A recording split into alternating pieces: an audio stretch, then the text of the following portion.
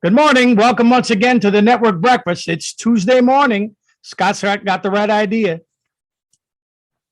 Thanks so much for dropping by and listening to our little presentation today about the sales actions to be remembered are the ones brought, meaning the action you brought to the sale. But before we do that, we're going to say good morning to our assembled multitude. We're trimmed down today, but listen, these are the ones I would have picked. And so we'll start with Mike Bentley, and he'll say good morning. Good morning. I am Mike Bentley, and I can be reached at 216-696-3000. And the reason you want to call me is if you have any questions about your health insurance options, whether you're considering retiring, leaving your employer plan, whether you're ready to transition to Medicare, whether you need short-term coverage or even travel health insurance, give Mike Bentley a call from the Brooks and Stafford Company, 216-696-3000. Thank you. Perfect. Thank you, Mike. Thank you for being here. Now we're going to say good morning to our master photographer, meaning he's probably better than anybody you could possibly imagine, at least in here in Northeast Ohio, and perhaps even a larger radius than that. So we're going to say good morning to Scott Morrison. Good morning, everybody. My name is Scott Morrison, company's Discovery Photo. I'm a full-time, full-service photographer, have been for 31 years now. Do everything from legal, corporate, industrial, architectural, do a lot of business headshots, professional modeling portfolios, and on the weekends we crash parties doing events such as weddings. Also very active within the movie industry here in Cleveland. We have about 3 feature films and a couple shorts all lined up for this year. So it's looking like it's going to be a good year for some fun films. And if you want to see some of my work, it's online, it's on Amazon, it's on Hulu, it's on Tubi, all kinds of places you could see some of my movies. My name is Scott Morrison, company's Discovery Photo, when image counts. Excellent. Thank you, Scott. Thank you for being here. We're going to say good morning to our window and door man, Chris Walters. Good morning, Chris. Morning, ladies and gentlemen. Chris Walters with See-Through Windows. I provide vinyl replacement windows, patio doors, and glass block. We cover a territory from Port Clinton to the Pennsylvania border, Cleveland to Canton. I personally go take a look at every house. Within 24 to 36 hours, I will give you a quote. And right now, we are looking at installs late April, early May. So you better get your, if you got anything going on, you got to plan ahead. Since of the COVID, we're now in a situation where the window manufacturers and everybody are just so backed up. It's unbelievable. So keep in mind May, and I hope that everybody's doing well. Thank you. Thank you. Appreciate it, Chris. And now we'd like to say good morning to our favorite banker. That would be Griff. Good morning, Griff. And good morning, everyone. I'm Griff King with Dollar Bank. And what I do basically is connect you with your money at the bank so you can see it online and move it around as necessary. 216-736-7385. Excellent. Thank you, Griff. And thanks for being here. Now we're going to proceed with a wonderful presentation, and I will deliver it. Hopefully I'll live up to the wonderment that it is.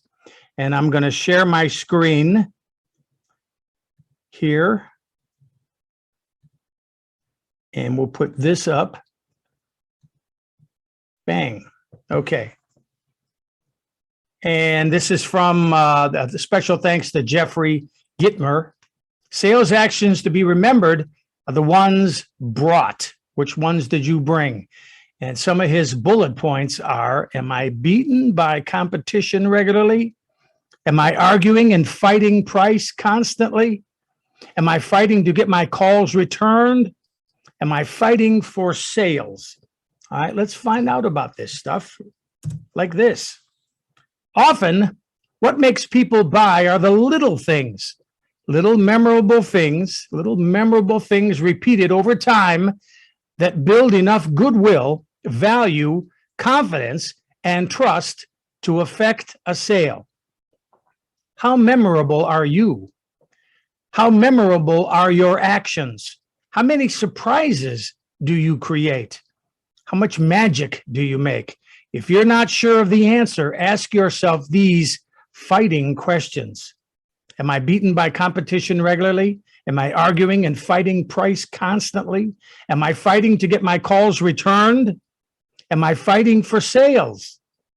Yes to any of these means on the memorable scale, your rating is in the not very category. Opportunity to surprise and create positive, memorable actions are everywhere. Before, during, and after the sale, your job is to identify them and take action. Here are 16 and a half surprise elements broken down by sections of the sales cycle that can make or break the sale. Building value first. Number one, get them leads or business. Stop by for fun. Deliver a name of someone interested in doing business with them. The next time you call, they won't know whether you're buying or selling. Wow. Help them build their business so you can earn yours. Number two, have new information and answers. Use the fax and mail to get your prospect surprise information. Information to make them think. Information that lets them know you're thinking about them. Fax something funny to make them smile and think of you in a positive way. Number three, leave half of a message. Pretend you got cut off right at the good part. Be sure to leave your name and number first. Interesting, isn't it? What an interesting take this fella has. Set the sales stage. Number four, have a personal welcome, a big banner, not one of those dinky signs with the letters that look like a menu board in a cheap restaurant. Give a gift, something that the prospect can relate to, something that matches his or her personal interests, something that will make her smile. Show unbelievable enthusiasm. Enthusiasm breeds smiles and confidence. People like to be around upbeat, happy people. Not many people are happy. Those who are happy stand out. Do you? Number seven, have a contagious attitude. Attitude is the root of enthusiasm. You became what you think about. The self-confidence and self-belief you display are the basis for your credibility. Your belief system is driven by your attitude. A great attitude is rare. Be rare. During the presentation, number 8, sit in his chair. Pure guts and fun. Get the prospect to leave his or her chair, then sit in it. Wait till you see their look. Number 9, ask a drop-dead question. A question that makes them stop and think. A question they never heard before. A question that earns their respect.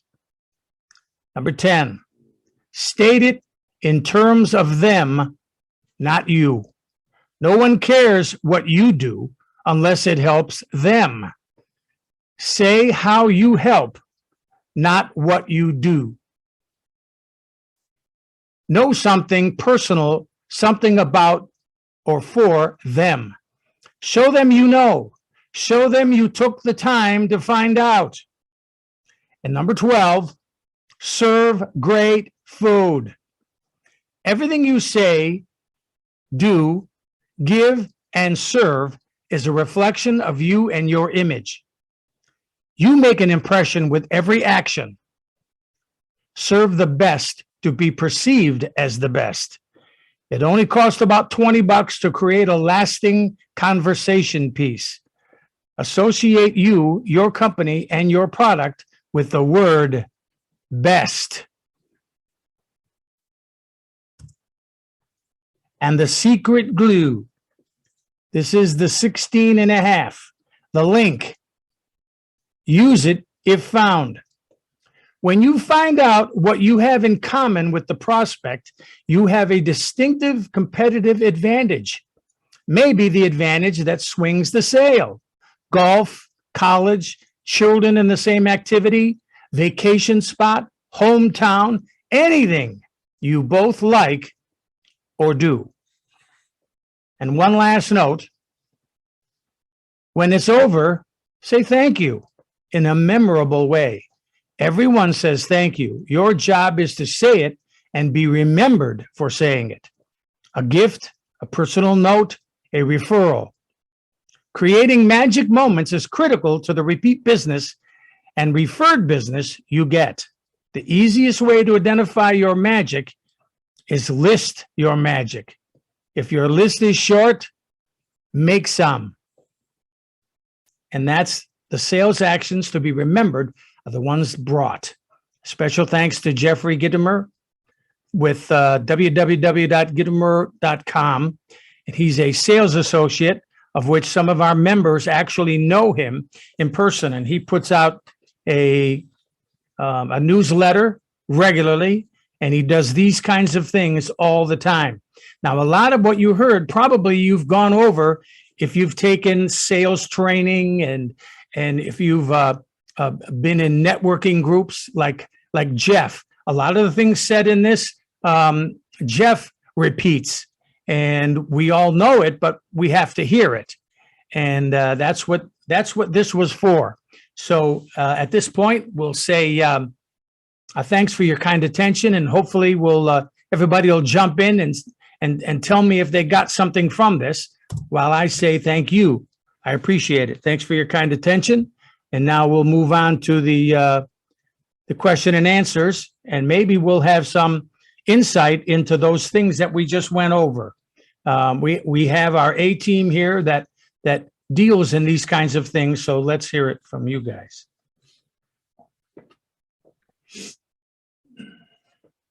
Okay. Well, I'm certainly a proponent of positivity and energy in my contact with clients and prospects. And I think human nature, we all gravitate towards someone that makes us feel better, someone that has energy, as compared to those who are sort of glum and quiet. But there is a fine line there as far as not coming across as being obnoxious. And it was interesting, a couple of the points, like sitting in the person's chair. I was just going to ask you about that, Mike. How do you think, if you get the guy to stand up and then you sit in his chair, how would that go over? I think that's being too aggressive. A little too brash. And too brash. I mean, you are now interfering with their space. You know, we all have our personal space. And we've all been uncomfortable when maybe someone has gotten too close to us to talk in our face, and we sort of want to pull back. Yeah. And I almost see that kind of action as interfering with that person's personal space, to the point like, what's wrong with this person? Are they a weirdo or what? I would rather not have any future contact with them. So for me, that would be crossing the line. This fellow is so respected in the industry. You've heard last week how Ari just adores this guy. Could he be that wrong in this case? I take this a different way. Okay. I'm reversing what I am supposed to think, what he thinks, and he's supposed to think what I think. That's what I get, reverse the chairs. He's sitting on the side, you're sitting on the side as a salesman, he's sitting on the side as the customer. You now think about yourself as the customer, and he's selling you, or reversed. And sometimes in your conversations, that's exactly what happens. All of a sudden, and I deal with hundreds and hundreds of people on a weekly basis. And sometimes I have to set them down and say, listen, who's the real expert in this business, you or me? Because they're trying to tell me what they think they know, and they've read it off of freaking Google and everything else, and they don't know what the hell they're talking about. And there are times I just stop them right there. I says, no, listen, you've obviously Googled this and have a thought in your mind. The thoughts from Google and the real what's going on in this world are totally different. And I think They've Googled, you mean they've Googled something like vinyl windows, yeah, vinyl window exactly. construction, or the gas in the window, those kind of Yeah, things? exactly. They do that. And I have people do this all the time. And I literally stop them and tell them, listen, who's the expert here, you or me? I tell them that. I don't care. And then they stop and go, then they think, I mean, there's dead silence on the phone for a minute or two, and they go, it's you. So you haven't lost a sale because of that sort of thing? Never. Because after all, we are all salesmen in our particular, we have to make somebody buy us and buy what we Right. do or buy what we have. So you're I'll tell saying you it's what. more like a metaphor, not actually sitting in his chair metaphorically, Right. Stand in his shoes. Okay. Aha, I didn't think of it that way. I literally thought Mhm. he wanted the guy to get up so he could sit in his chair. And the guy would like puff up and say, how dare you? Get out of my office. I And could see I that don't as know a about you guys, but I have many, many people who Google my business and what they're reading. And half of that, I laugh at half of that stuff on the internet because it's just garbage. Mm-hmm. Go ahead, Griff. I was going to say, I tend to tell very bad puns and stuff like that on sales calls. That loosens things up very quickly. And I think people appreciate it. It's a little bit different than somebody just coming in and pitching stuff. Yeah, you would think a banker would be very straight-laced because you're talking about people's money. Right. Well, I'm serious about that, but the jokes can fly though. Sure, Right. you're a regular guy. We try. Well,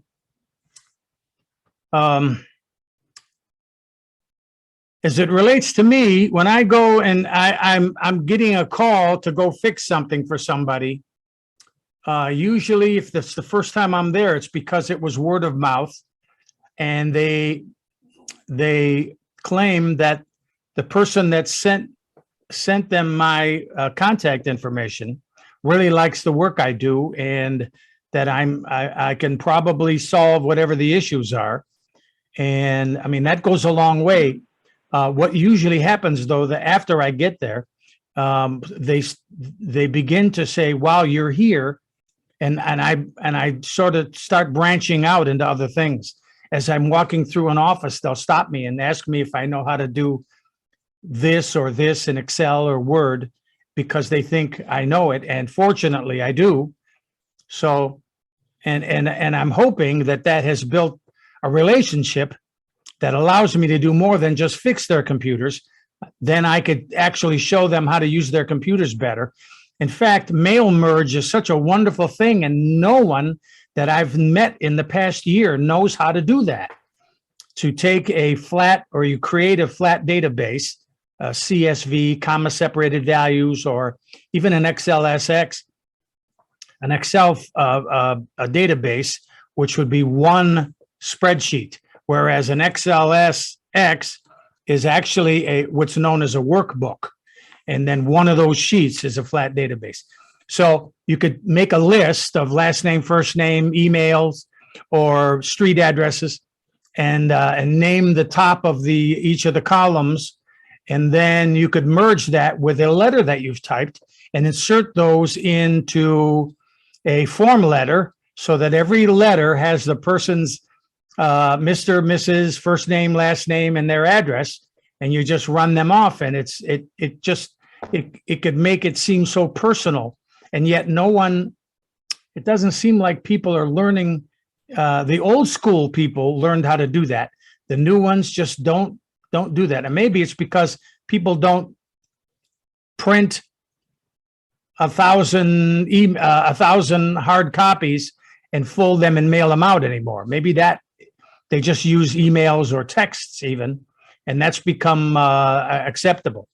But in any case, those kinds of things, plus all the other things I do, I try to not spread myself so thin that they think I'm a jack of all trades and master of none. I don't want to be that. I want to be master of all of them.